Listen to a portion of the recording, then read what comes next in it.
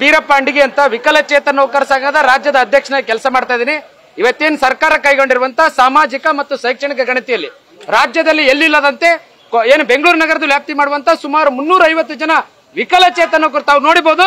ಅಂಧರನ್ನ, crutches ಚಲನೆ ಮಾಡುವವರನ್ನ, wheel chair ಅಲ್ಲಿ ಓಡುವವರನ್ನ, ಈ ತರ ಅನೇಕ ವಿಕಲಚೇತನ ಏನು ಬೆಂಗಳೂರು ವ್ಯಾಪ್ತಿಯಲ್ಲಿ ಬಿಬಿಎಂಪಿ ವ್ಯಾಪ್ತಿಯಲ್ಲಿ ಬರುವಂತ 350 ಜನ ವಿಕಲಚೇತರ ಏನ್ ಕೆಲಸ ಮಾಡ್ತಾ ಇದ್ವಿ. 350 ಜನ ವಿಕಲಚೇತನ ಇವತ್ತು ಬಿಬಿಎಂಪಿ ಆಯುಕ್ತರು ಈ ತರ ಆದೇಶ ಮಾಡೋದ್ ಮೂಲಕ ನಮ್ಮನ್ನ ಇವತ್ತು ಒಂದ್ ವಾರ ಆಯ್ತು ನಾವಿವತ್ತು ಚೀಫ್ ಸೆಕ್ರೆಟರಿ ಭೇಟಿ ಮಾಡಿದ್ವಿ. ನಮ್ಮ ಸಂಘದ ಏನ್ ವಿಕಲಚೇತನ ನೌಕರ ಸಂಘದ ಪತ್ರ ಕೊಟ್ವಿ. ಅವರು ಕೂಡ ಏನು ವಾಟ್ಸ್ಆಪ್ ನಲ್ಲಿ ವಿಕಲಚೇತರ ವಿನಾಯಿತಿ ಕೊಡಿ ಅಂತ ಕೇಳಿದ್ರು.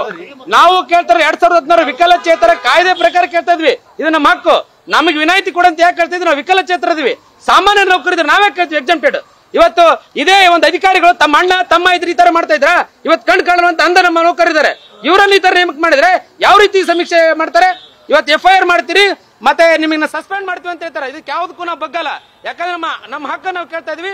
ಸರ್ಕಾರ ಈ ಬಗ್ಗೆ ಗಮನ ಹರಿಸಬೇಕಂತ ಮಾನ್ಯ ಉಪಮುಖ್ಯಮಂತ್ರಿಗಳನ್ನ ಬೆಳಗ್ಗೆ 9ರಿಂದ ಕಾದ್ವಿ. ಅವ್ರು ಯಾರೋ ಅನ್ಯ ಕಾರ್ಯ ನಿಮಿತ್ತ ಮತ್ತೆ ಗೃಹ ತಮ್ಮ ಕಚೇರಿಯಲ್ಲಿ ಸಿಕ್ತಂತ ಹೇಳಿದ್ರೆ, ನಮಗೆ ನಿನ್ನೆನೆ ಚೀಫ್ ಸೆಕ್ರೆಟರಿ ಕೂಡ ಆಯುಕ್ತರಿಗೆ ಮನವಿ ಮಾಡಿದ್ದಾರೆ. ನಾವು ಕೂಡ ಆಯುಕ್ತರಿಗೆ ಮನವಿ ಮಾಡಿದಾಗ ಇಲ್ಲೇ ನಮ್ಮನ್ನು ಕೂಡ ಬೈಫರ್ಗೇಟ್ ವಿಕಲಚೇತರನ್ನ ಹೊಡೆದಾಳ ನೀತಿ, ತಾರತಮ್ಯ ನೀತಿಯನ್ನು ಅಧಿಕಾರಿಗಳು ಅನುಸರಿಸ್ತಾ ಇದ್ದಾರೆ. ಏನಪ್ಪಾ ಅಂದ್ರೆ 40% 50%, ನಾವು ನೋಡ್ರಿ 50% ಒಂದು ಕ್ಯಾಲಿಪರ್ ಹಾಕೊಂಡು ಹೇಳ್ತೀನಿ. ನಮಗೆ ಸರ್ಕಾರ ನೇಮಕ ಅಂದ್ರೆ 40ರಿಂದ 75% ಒಳಗೆ ಇರ್ಬೇಕಂತ ಹೇಳುತ್ತೆ. ಆ ಒಂದು ನಿಯಮದಲ್ಲಿ ನಾವಿದೀವಿ. ಅಧಿಕಾರಿಗಳು ಈ ವಿಚಾರವನ್ನ ಸರ್ಕಾರ ಗಮನಿಸಿ ನಮ್ಮ ವಿಕಲಚೇತನರಿಗೆ ಗಣತಿಯಿಂದ ವಿನಾಯಿತಿ ಕೊಡ್ಬೇಕು. ಇಲ್ದಿದ್ರೆ ನಾವು ಮತ್ತೆ ಮಾನ್ಯ ಮುಖ್ಯಮಂತ್ರಿಗೆ ಮನೆ ಮುಂದೆ ಕೂಡ ಕೊಡ್ತೀವಿ. ನಾವು ಸರ್ಕಾರಿ ನೌಕರದಿವಿ, ನಾವು ನಿಯಮ ಮೀರಬಾರ್ದಂತ ಇವತ್ತು ಮಾನ್ಯ ಉಪಮುಖ್ಯಮಂತ್ರಿಗಳನ್ನ ಭೇಟಿ ಮಾಡಕ್ ಬಂದಿವಿ. ಶೀಘ್ರ ಈ ವಿಚಾರ ಬಗ್ಗೆ ಸರ್ಕಾರ ಗಮನ ಹರಿಸಬೇಕು. ಮತ್ತೆ ಕೂಡ ಮಧ್ಯಾಹ್ನ ಸರ್ಕಾರದ ಮುಖ್ಯ ಕಾರ್ಯದರ್ಶಿ ಭೇಟಿ ಮಾಡ್ತೀವಿ. ನಮ್ಮ ವಿಕಲಚೇತನರಿಗೆ ನಮ್ಮ ಕಾನೂನು ಪ್ರಕಾರ ವಿನಾಯಿತಿ ಕೊಡ್ಬೇಕಂತ ನಾನು ಸರ್ಕಾರಕ್ಕೆ ಒತ್ತಾಯ ಮಾಡ್ತಾ ಇದ್ದೀನಿ. ಈಗ ನೀವು ಇದುವರೆಗೆ ನೀವು ಆಪ್ ಡೌನ್ಲೋಡ್ ಮಾಡ್ಕೊಂಡಿಲ್ಲ, ನೀವು ಆಕ್ಟಿವ್ ಆಗಿಲ್ಲ. ಎಸ್ ಸರ್, ನಾವು ಮಾಡಿಲ್ಲ ಸರ್.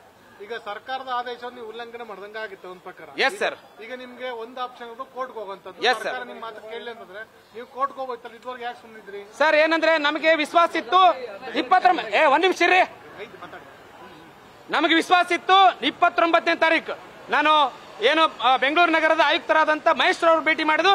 ಅಲ್ಲಿ ಕೂಡ ಮನವಿ ಕೊಟ್ಟಿವಿ, ಅಲ್ಲಿ ಕೂಡ ಎಕ್ಸಾಮ್ಟೆಡ್ ಮಾಡ್ತಂತ ಹೇಳಿದ್ರು. ಆದ್ರೂ ಕೂಡ ಯಾವುದೇ ರೀತಿ 2 ದಿನ ಹಬ್ಬ ಇರೋದ್ರಿಂದ ನಮ್ಮವರಿಗೆಲ್ಲ ವಿಕಲಚೇತನಿಗೆ ಮೆಸೇಜ್ ಬರ್ತಾ ಇತ್ತು, ನಿಮ್ಗೆ FIR ಮಾಡ್ತೀವಿ, ನಿಮ್ಮನ್ನ ಇದು ಮಾಡ್ತೀವಿ ಅಂತ ಮೆಸೇಜ್ ಬರ್ತಾ ಇತ್ತು.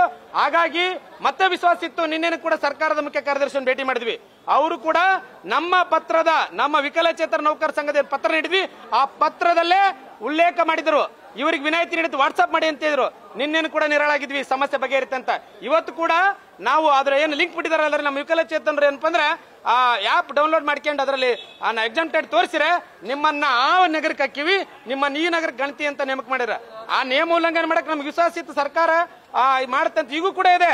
ಒಂದು ವೇಳೆ ಇದು ನಮಗೆ ವಿನಾಯಿತಿ ಸಿಗಲ್ಲ ಅಂದ್ರೆ ಖಂಡಿತ ಕೊನೆ ನಮ್ಗೆ ಅವಕಾಶ ಇರೋದು ನಾವು ಕಾನೂನಾತ್ಮಕ ಕೋರ್ಟ್ ಅಲ್ಲಿ ದಾಳಿ ಹೊಡೋದ್ರ ಮೂಲಕ ನಮ್ಮ ಹಕ್ಕನ್ನು ನಾವು ಪಡಿತೀವಿ ಸರ್. ಸರ್ ನಾನು ನ್ಯೂಸ್ ಫಸ್ಟ್ ನಿರ್ಭೀತಿಯಿಂದ ನಿಮ್ಮ ಪರವಾಗಿ.